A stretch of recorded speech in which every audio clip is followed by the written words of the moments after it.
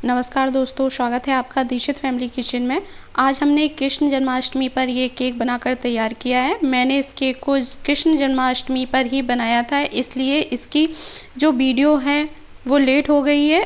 आप लोगों को तो पता ही होगा कि त्योहारों पे बहुत सारा काम हो जाता है, इसलिए इसकी जो वीडियो है वो 2-3 दिन बाद आपको मिल पा रही है। ऐसा नहीं है कि इस केक को आप जन्माष्टमी पर ही बनाकर तैयार कर सकते हैं। जब आपका मन करे तब आप इस केक को बनाइए और खाइए। इस केक को मैंने खास जन्माष्टमी पर ही बनाकर तैयार किया था, इसलिए मैंने सोचा क्यों ना इसकी वीडियो डाल दी जाए। और जब कोई चीज़ हम अपने हाथों से बनाकर अपने प्रभु को खिलाते हैं तो उसकी खुशी ही अलग होती है। आज हमने राजस्थान में जो अलवर मिल्क मिलता है, जो बहुत ही ज़्यादा शानदार होता है, इसके लिए लोग तरसते हैं। इसका स्वाद ही बड़ा अच्छा होता है। तो आज हमने घर पर ही इस मिल्क केक को बनाकर तैयार किया है। इस मिल्क को बनाते हैं, मैंने इस मिल्क से मिल्क केक बनाया है। आप इससे मिठाई भी बनाकर तैयार कर सकते हैं। कुछ अलग नहीं करना है, सिर्फ इस मिल्क केक के आपको पीस कट कर देने हैं तो ये मिठाई बन जाती है। जब भी आपका मन करे तब आप इस मिठाई को बना सकते हैं, या आप अपने बच्चों के बर्थडे पर इस केक को बनाकर तैयार कर सकते हैं। ज़्यादा चीज़ों की ज़रूरत नहीं पड़ती है इस केक को बनाने में। सिर्फ 2 से 3 चीज़ों से ये केक बनकर तैयार हो जाता है। तो चलिए बनाना शुरू करते हैं। मिल्क केक बनाने के लिए यहाँ पर मैंने दूध लिया है, और यहाँ पर मैंने चीनी ली है, और यहाँ पर मैंने घी लिया है, और यहाँ पर मैंने नींबू का सत लिया है, जिसको हम साटरी भी बोलते हैं। आप यहाँ पर नींबू का सत ले सकते हैं, या फिर जो नींबू का रस होता है वो भी ले सकते हैं, या फिर फिटकरी भी यहाँ पर यूज कर सकते हैं। और यहाँ पर मैंने जो अमूल वाली थैलियाँ आती हैं वो वाला मिल्क लिया है। आप यहाँ पर बफेलो मिल्क या काऊ मिल्क भी ले सकते हैं। यहाँ पर मैंने 2 लीटर दूध लिया है। तो चलिए अब हम आगे का प्रोसेस देख लेते हैं। तो यहाँ पर मैंने गैस पर कढ़ाई चढ़ा ली है, और कढ़ाई के अंदर हम लगभग 1 चम्मच घी डालेंगे। बिल्कुल थोड़ा सा घी डालना है आपको, और घी को पूरी कढ़ाई में कोट कर देंगे। आप यहाँ पर ब्रश की सहायता भी ले सकते हैं, या मेरी तरह हाथों से भी पूरी कढ़ाई में घी लगा सकते हैं। तो मैंने यहाँ पर हाथों से ही पूरी कढ़ाई में घी लगा दिया है। यहाँ पर मैंने लोहे की कढ़ाई ली है। आप भी कोशिश करें कि आप भी लोहे की कढ़ाई ही लें। और यहाँ पर घी जब कढ़ाई में लग जाए तब जो मैंने दूध लिया है वो हम कढ़ाई के अंदर दूध को डाल देंगे। यहाँ पर मैंने कच्चा दूध लिया है, आप भी कच्चा दूध लें। यहाँ पर मैंने 2 लीटर दूध लिया है, आप अपने हिसाब से दूध ले सकते हैं। अब यहाँ पर पहली ट्रिक ये है कि मैंने कढ़ाई में हल्का सा घी लगा लिया था, जिससे जो दूध है वो नीचे कढ़ाई में लगे ना। और दूसरी ट्रिक ये है कि जब तक आपका कच्चा दूध उबलने ना लगे तब तक आपको दूध को लगातार चलाना है, बिल्कुल बंद नहीं करना है दूध को चलाना। जब तक दूध में एक उबाल ना आने लगे तब तक आप दूध को लगातार चलाएं, फिर आप दूध को छोड़ भी सकते हैं। जब कभी इसे बनाने में आपको जल्दी है तो आप यहाँ पर 1 लीटर दूध और 200 ग्राम मावा भी ले सकते हैं। हलवाई लोग भी कभी कभार ऐसा ही करते हैं, पर इसे आज मैंने दूध से ही बनाकर तैयार किया है। तो देखिए यहाँ पर हमारा जो दूध है वो 20 से 25 मिनट में उबलने लगा है। मैंने इस दूध को लगातार चलाया है, बिल्कुल भी नहीं छोड़ा है। अब हम इस दूध को छोड़ भी सकते हैं।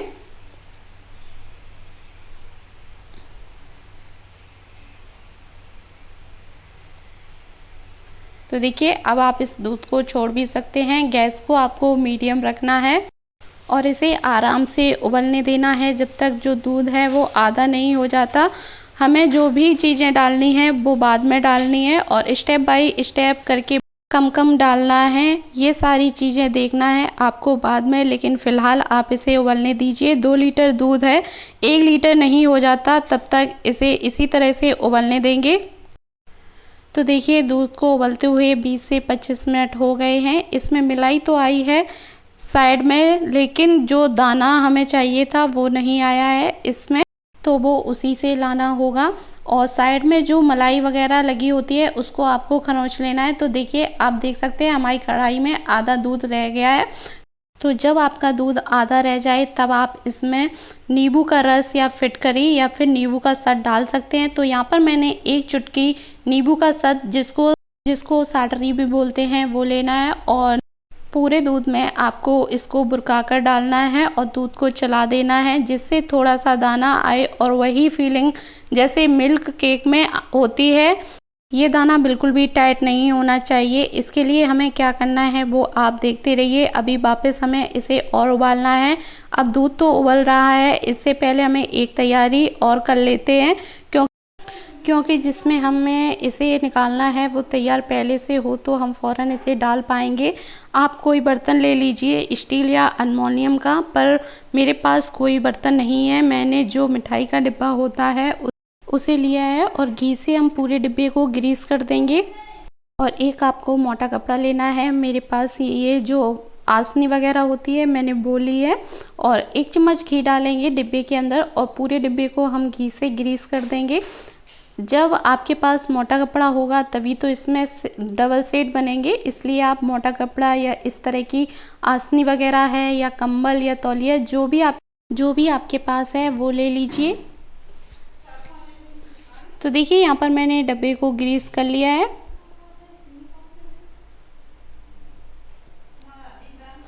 तो देखिए हम फिर से वापस पे अपनी दूध पर आ जाते हैं और यहाँ पर हमने चीनी ली है। अब यहाँ पर मैंने 5 मिनट दूध को पकाया और चीनी को आपको डायरेक्ट नहीं डालना है, एक एक चम्मच करके दूध के अंदर चीनी डालें।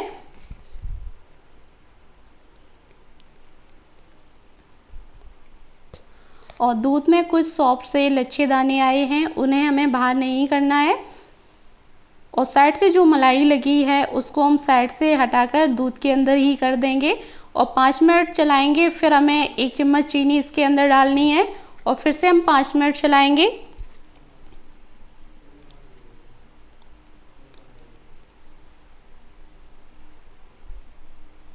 और जो मैंने चीनी ली है वो 225 ग्राम चीनी ली है। इसमें सही मीठा हो जाएगा। आप ज़्यादा मीठा खाना पसंद करते हैं तो आप चीनी को कम ज़्यादा कर सकते हैं।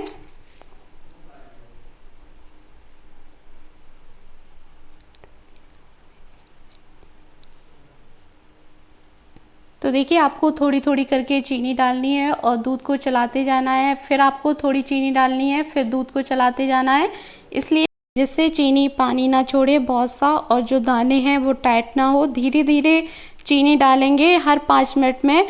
गैस को आपको फुल रखना है।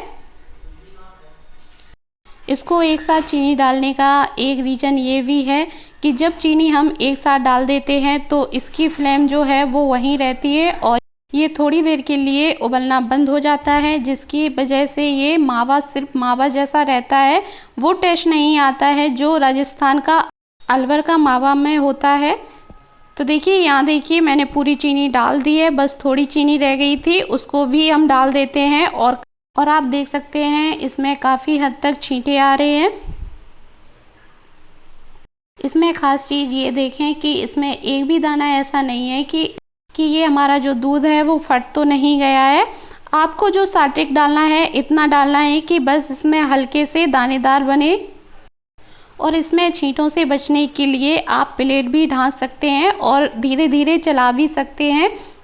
अब हमें इसको तब तक चलाना है, आपको जो बबल्स दिख रहे हैं वो हल्के से बंद नहीं हो जाते। ये जो बबल्स हैं वो छींटे हैं, तो ये जो छींटे हैं वो हल्के से बंद नहीं हो जाते, तब तक आपको इसको चलाना है। चीनी डालने के बाद लगभग 5 मिनट तक आप इसको चलाएं और फिर हम इसमें घी डालेंगे।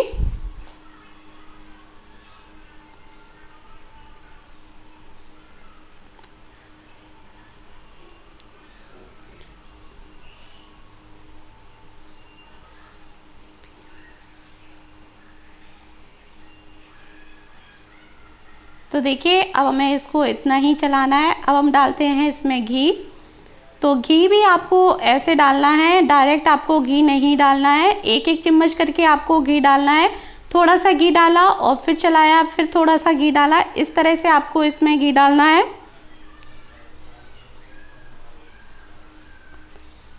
और आपको बराबर चलाना है, बिल्कुल भी इसको नहीं छोड़ना है।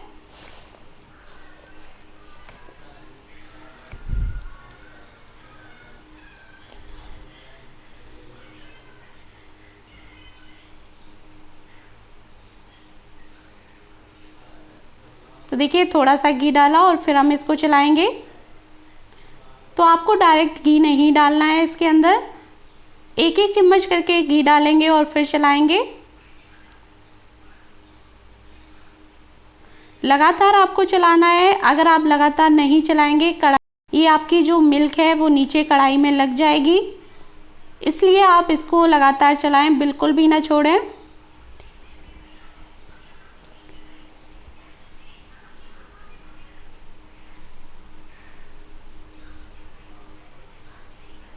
तो देखिए हमारा थोड़ा सा घी और बचा था, मैंने अब पूरा घी डाल लिया है। अब हम इसको 5 मिनट और चलाएंगे।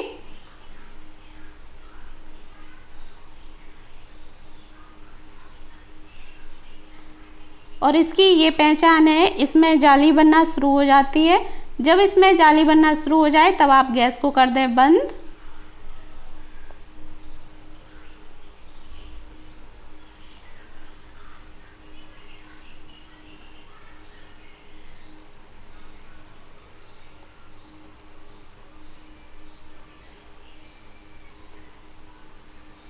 तो देखिए हमारे मावे में जाली बनना शुरू हो गई है। अब हम गैस को बंद कर देंगे। तो देखिए हमने गैस को बंद कर दिया है। अब हम आपको इस तरह से कलछुली में लेकर दिखा रहे हैं कि हमारी इस तरह से जाली जब बनने लगे तब आप गैस को बंद कर दें, इसकी यही पहचान होती है। अब हमें इसको डायरेक्ट डिब्बे के अंदर तुरंत डाल देना है, इसीलिए हमने पहले से ही डिब्बा तैयार करके रखा था। अब इसमें गर्मी मिलनी चाहिए, इसके लिए हमने इसके नीचे भी गरम कपड़ा रखा है और ऊपर से एक प्लेट ढक कर रख देंगे और इसके ऊपर भी गरम कपड़ा रख देंगे, जिससे इसको अंदर से गर्मी मिलेगी और डबल सेट इसके अंदर से बन पाएगा। इसको तो देखिए अगर आपको मिठाई बनानी है, मतलब इसके पीस कट करने हैं, तो आपको इस तरह के मोल्ड में इसको जमा कर रखना है। और अगर आपको केक बनाना है तो उसके लिए आपको गोल डिब्बा रखना है और एक प्लेट से इसको इस तरह से ढक देंगे। ऊपर से भी हमें इसको कवर कर देना है। 7 से 8 घंटे के लिए हम इसको कहीं ऐसी जगह रख देंगे जहाँ गर्मी मिले। तो देखिए मैंने पहले आपको डिब्बे में करके दिखाया था, तो मैं इसकी केक बना रही हूँ। तो देखिए मैं इसकी केक बना रही हूँ। तो मैंने एक गोल कटोरे में घी लगाकर इसको गरम गरम ट्रांसफ़र कर लिया और इसके ऊपर एक प्लेट ढक देंगे और फिर ऊपर से एक गरम कपड़ा रख देंगे और इसको ऐसी जगह रखेंगे जहाँ कोई इसको हिलाए डुलाए ना। और 7 से 8 घंटे बाद फिर हम आपको दिखाते हैं। तो देखिए 7 से 8 घंटे बाद मैंने इस केक को एक प्लेट में पलट लिया है और अब हम इस केक के ऊपर डेकोरेट करेंगे। तो आप अपने पसंद का कोई भी इसके ऊपर डेकोरेशन कर सकते हैं। तो मैंने यहाँ पर काजू लगा दिए हैं इस केक के ऊपर। तो अब हम आपको इस केक को कट करके दिखा रहे हैं कि इसमें डबल शेड आए हैं कि नहीं। तो देखिए मैंने एक पीस को कट कर लिया है और आप देख सकते हैं बीच में, आप देख सकते हैं इसमें डबल शेड बन चुका है। तो ये जो मिल्क केक है वो पहली बार में एकदम परफेक्ट बनता है और मैंने इसके बीच में कुछ गुलाब की पत्तियों से भी डेकोरेट कर लिया है। और ये जो मिठाई है वो खाने में बहुत ही टेस्टी लगती है। जब हम अपने घर पर किसी चीज़ को बनाते हैं तो वो और भी ज़्यादा साफ़ सुथरी और टेस्टी बनती है। हमें पता होता है कि हमने इसमें क्या क्या चीज़ ऐड की है। अगर हम वही मार्केट से लेकर आते हैं तो मार्केट में कुछ मिलावटी भी चीज़ मिल सकती है, इसलिए आप इसको घर पर ही बनाएं। और ये जो मिल्क केक की रेसिपी है वो एक बार मेरे तरीके से ज़रूर बनाकर ट्राई करना और कमेंट में हमें बताना कि आज की ये रेसिपी आपको कैसी लगी।